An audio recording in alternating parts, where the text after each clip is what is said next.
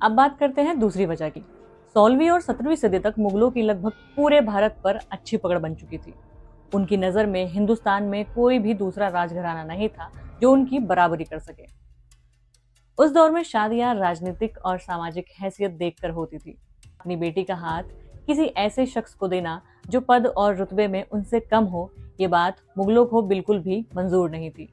ये बात मुगल शासकों को अपनी शान के खिलाफ लगती थी। उन्हें लगता था कि अगर वे किसी सामंत या सूबेदार से अपनी बेटी की शादी करते हैं तो उन्हें उनके सामने झुकना पड़ेगा, जो उन्हें बिल्कुल भी मंजूर नहीं था। इसीलिए वो अपनी शहजादियों का रिश्ता ऐसे व्यक्ति से भी कर देते थे जो उनकी ही सल्तनत में किसी छोटे पद पर काम करता हो। और जब ऐसा होता था तो उन शहजादियों का जीवन एक सामान्य सी प्रजा के जैसा हो जाता था और फिर वो धीरे धीरे मुगलों की कहानियों और इतिहास से गायब हो जाती थी। इसका मतलब ये भी नहीं है कि उन्होंने हमेशा बाहरी शादियों से परहेज किया हो।